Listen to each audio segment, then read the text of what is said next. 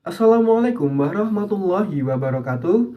Yang terhormat Bapak Dr. Sudrajat dan Ibu Primanisa Inayati Azizah selaku dosen pengampu mata kuliah Kebudayaan Islam dan Kolonial, serta teman-teman dan rekan-rekan saya yang berbahagia. Sebelumnya, marilah kita panjatkan puja dan puji syukur atas kehadirat Allah Subhanahu wa taala karena atas limpahan rahmat serta hidayahnya kita dapat dipertemukan lagi dalam perkuliahan pada kesempatan kali ini. Sholawat serta salam marilah kita panjatkan kepada junjungan kita Nabi Agung Nabi Muhammad Sallallahu Alaihi Wasallam yang syafaatnya kita tunggu-tunggu di yaumul akhir nanti. Perkenalkanlah saya Syahrizal Putra Anugrah selaku moderator yang akan membersamai pada sesi diskusi dan presentasi kesempatan kali ini. Untuk tema atau topik yang akan dibahas pada sesi diskusi kali ini adalah tanam paksa. Apa saja sih yang akan kita bahas ke dalam sesi diskusi dan juga presentasi pada pertemuan kali ini? Yang pertama adalah latar belakang dari tanam paksa. Yang kedua adalah sistem sosial dan politik tanam paksa. Yang ketiga adalah dampak positif dan negatif. Lalu yang keempat atau yang terakhir adalah akhir masa dari tanam paksa itu sendiri. Baik, untuk sesi perkenalan dan juga pemaparan materi akan langsung saja saya serahkan kepada teman-teman dan rekan-rekan saya. Baik, untuk waktu dan tempat saya persilakan. Materi yang pertama yaitu tentang latar belakang sistem tanah paksa. Sistem feodal ini biasa disebut dengan kultur stilsil, adalah kebijakan tanam paksa tahun 1811 sampai dengan 1830 yang diberlakukan oleh pemerintah Hindia Belanda yang mewajibkan rakyat Indonesia pada saat itu untuk menanami sebagian tanahnya dengan tanaman yang menjadi komoditas ekspor. Latar belakang yang selanjutnya yaitu adanya sistem ini dipengaruhi oleh beberapa faktor, yaitu antara lain yang pertama faktor kolonialisme. Sistem tanam paksa seringkali terkait erat dengan masa kolonialisme di berbagai wilayah dunia. Misalnya kolonialisme di Eropa yang sering memaksa penduduk asli untuk bekerja di ladang atau perkebunan milik kolonial dengan imbalan yang sangat minim. Faktor yang kedua yaitu faktor budaya feodalisme. Di beberapa masyarakat, sistem tanam paksa juga muncul sebagai hasil dari struktur sosial feodal di mana kaum penguasa atau bangsawan memiliki kendali penuh atas sumber daya dan tenaga kerja. Faktor yang selanjutnya yaitu faktor ekonomi dan sumber daya alam. Sistem ini sering muncul di wilayah yang kaya akan sumber daya alam seperti sumber daya alam perkebunan atau tambang, di mana penguasa ingin memanfaatkan tenaga kerja murah untuk mengoptimalkan eksploitasi sumber daya tersebut. Faktor yang selanjutnya yaitu faktor perbudakan. Sistem tanam paksa seringkali memiliki elemen perbudakan di mana individu dianggap sebagai properti pemilik tanah atau pemerintah dan mereka ini ingin merenggut hak-hak asasi manusia. Yang selanjutnya yaitu faktor konteks sosial dan konteks politik. Faktor-faktor sosial dan politik juga mempengaruhi munculnya sistem tanam paksa, seperti perang, penaklukan, atau pembentukan kerajaan atau negara yang kuat. Latar belakang yang selanjutnya yaitu sistem ini merupakan kelanjutan dari kebijakan pajak tanah atau yang bisa disebut dengan land rent yang diterapkan oleh Raffles. Sistem tanam paksa ini dapat dikatakan sebagai bentuk pembaharuan dari sistem pajak tanah yang pernah dilakukan oleh VOC selama 2 abad. Dapat dikatakan begitu dikarenakan para penduduk pribumi tetap dikenakan pajak oleh Gubernur Jenderal Van den Bosch, yang mana sistem pembayaran pajak tanah sebelumnya itu berupa uang, sedangkan sistem pembaharuannya yakni pembayaran pajak berupa tanaman ekspor yang telah mereka tanam. Selain itu, perbedaan lainnya yaitu pada sistem sewa tanah, rakyat dapat menanam padi di tanah tersebut, kemudian nantinya pembagian hasilnya itu 40% untuk petani dan 60% untuk pemerintah Belanda. Sedangkan sistem tanam paksa, rakyat dipaksa untuk menanam beberapa jenis tanaman dan hasilnya diambil oleh pemerintah Belanda. Pajak berupa hasil pertanian mereka ini menjadi ciri dari sistem tanam paksa yang dilakukan oleh Van den Bos. Hasil dari pajak-pajak tersebut kemudian dikirim ke negara Belanda untuk dijual kepada pembeli dari Amerika dan Eropa dengan harga yang dapat menguntungkan Belanda. Sistem pajak tanah dengan memberikan hasil pertanian ini dianggap akan berhasil oleh Van den Bos karena Van den Bos berpendapat bahwa pajak tanah yang diterapkan pada era sebelumnya sangat menyiksa petani. Hal ini dikarenakan petani harus membayar pajak tanah hampir setengah dari penghasilan mereka dalam bertani, sehingga sistem tanam paksa yang diterapkan oleh Van den Bos ini tergolong pajak yang menguntungkan rakyat. Dapat disimpulkan yang menjadi latar belakang munculnya sistem tanam paksa adalah pembaharuan sistem pajak tanah yang dilakukan oleh Raffles sebelumnya dengan sistem tanam paksa yang dilakukan oleh Gubernur Jenderal Van den Bos.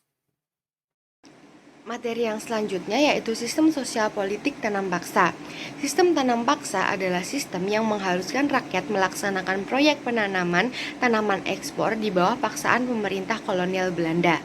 Sistem sosial politik tanam paksa ini merujuk pada praktik pemerintah atau entitas berkuasa yang memaksa individu atau kelompok untuk melakukan sesuatu tanpa persetujuan mereka. Ini seringkali melibatkan pemaksaan dalam hal kepemilikan tanah, kerja paksa, atau praktik serupa yang bertentangan dengan prinsip-prinsip kebebasan individu dan hak asasi manusia. Praktik seperti ini seringkali dianggap sebagai pelanggaran terhadap hak-hak individu dan dapat menjadi perdebatan dalam konteks sosial dan politik. Salah satu contoh yang terkenal adalah sistem tanam paksa kolonialisme Belanda di Hindia Belanda atau yang sekarang disebut sebagai Indonesia, di mana penduduk pribumi diperintahkan untuk bekerja di ladang-ladang karet. Hal ini menciptakan kondisi yang sangat sulit bagi pekerja dan menyebabkan penderitaan yang besar. Sistem sosial tanam paksa telah menjadi peristiwa sejarah yang kontroversial dan sering dianggap sebagai pelanggaran hak asasi manusia. Beberapa negara telah mengakui kejahatan ini dalam sejarah mereka dan mencoba memberikan kompensasi kepada para korban atau keturunan mereka. Sistem politik tanam paksa ini dapat mencakup yang pertama yaitu rezim otoriter atau totaliter yang memaksa warganya untuk bekerja dalam kondisi yang tidak manusiawi. Yang kedua yaitu penindasan politik terhadap individu atau kelompok yang menolak bekerja secara paksa. Yang ketiga yaitu penggunaan tenaga kerja paksa untuk memperkaya pihak berkuasa atau kelompok tertentu. Sejarah mencatat banyak contoh sistem politik tanam paksa termasuk dalam konteks rezim seperti Nazi Jerman, Uni Soviet, dan rezim-rezim lain yang menindas warganya. Praktik ini seringkali menyebabkan penderitaan dan pelanggaran hak asasi manusia yang serius. Baik, untuk materi selanjutnya adalah dampak positif dan negatif dari tanam paksa. Untuk dampak positifnya sendiri, yang pertama adalah pembangunan infrastruktur. Dalam beberapa kasus, proyek tanam paksa dapat berkontribusi pada pembangunan infrastruktur seperti jalan, bendungan, rel kereta api yang mungkin tidak akan didapat tanpa tenaga kerja yang murah. Lalu yang kedua adalah masyarakat Indonesia menjadi mengenal berbagai teknik menanam dan jenis-jenis tanaman baru. Untuk yang ketiga adalah masyarakat mulai mengenal jenis tanaman yang memiliki potensi ekspor dan menghasilkan keuntungan. Untuk selanjutnya adalah dampak negatif. Yang pertama adalah pelanggaran hak asasi manusia. Seperti yang kita tahu bahwasanya tanam paksa sering melanggar hak asasi manusia, termasuk hak atas kebebasan, martabat, dan penghindaran eksploitasi. Ini termasuk perbudakan dan juga pemaksaan. Lalu yang kedua adalah kondisi kerja yang buruk. Pekerja yang terlibat dalam tanam paksa sering bekerja dalam kondisi yang sangat buruk, termasuk jam kerja yang panjang, gaji yang tidak mencukupi, dan tidak ada perlindungan terhadap kecelakaan dan juga penyakit. Untuk yang ketiga adalah kemiskinan dan ketidaksetaraan. Tanam paksa dapat memperburuk ketidaksetaraan sosial dan ekonomi karena Umumnya, hanya kelompok tertentu saja yang mendapat manfaat, sementara pekerja miskin terperangkap dalam siklus kemiskinan.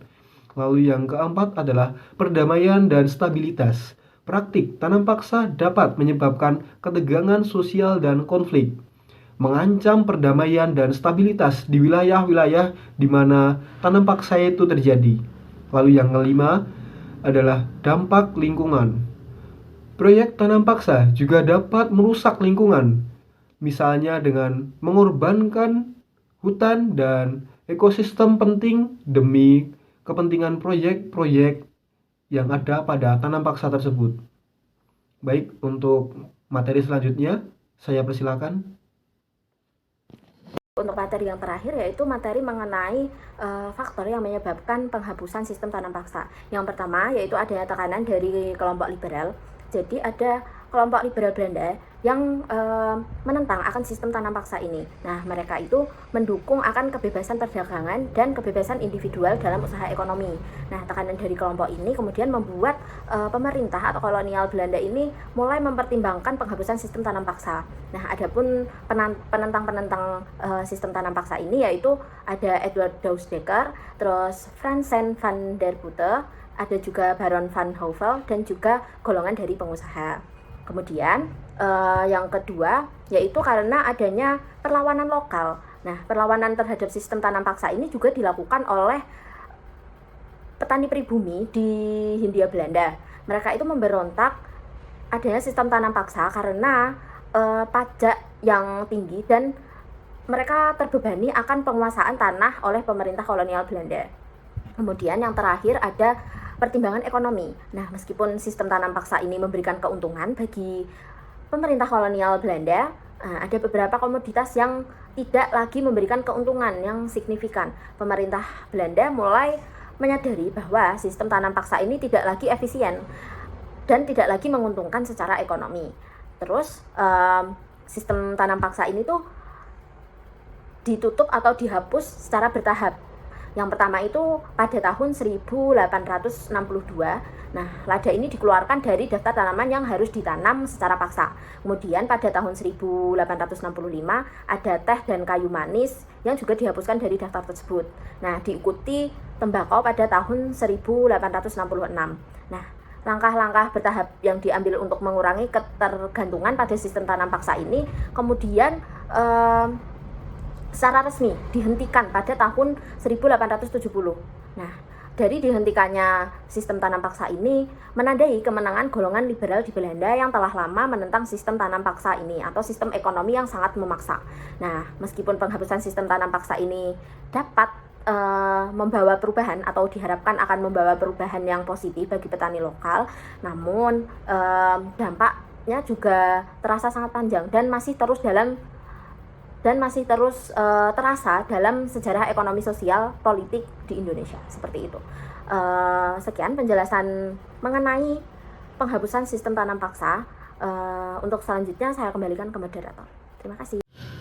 Baik, terima kasih kepada rekan-rekan saya atas sesi penyampaian materinya. Saya ucapkan juga terima kasih yang sebesar-besarnya kepada teman-teman yang sudah bersedia untuk menyimak video dari kelompok kami. Saya Syekh Rizal Putra Anugrah mewakili teman-teman dan juga rekan-rekan dari kelompok 9 mengucapkan terima kasih atas ketersediaan dari teman-teman untuk menyimak video dari kelompok kami, dan kami juga meminta maaf yang sebesar-besarnya apabila dari kami waktu penyampaian materi ada salah kata baik yang sengaja maupun tidak disengaja. Untuk sesi selanjutnya adalah sesi diskusi dan tanya jawab. Untuk sesi selanjutnya akan ada di luar video ini. Baik, untuk penyampaian pertanyaan silakan dari teman-teman untuk mengisinya di kolom komentar dengan NIM, dengan format nama, NIM, lalu pertanyaan. Sekian dari kelompok kami. Wassalamualaikum warahmatullahi wabarakatuh.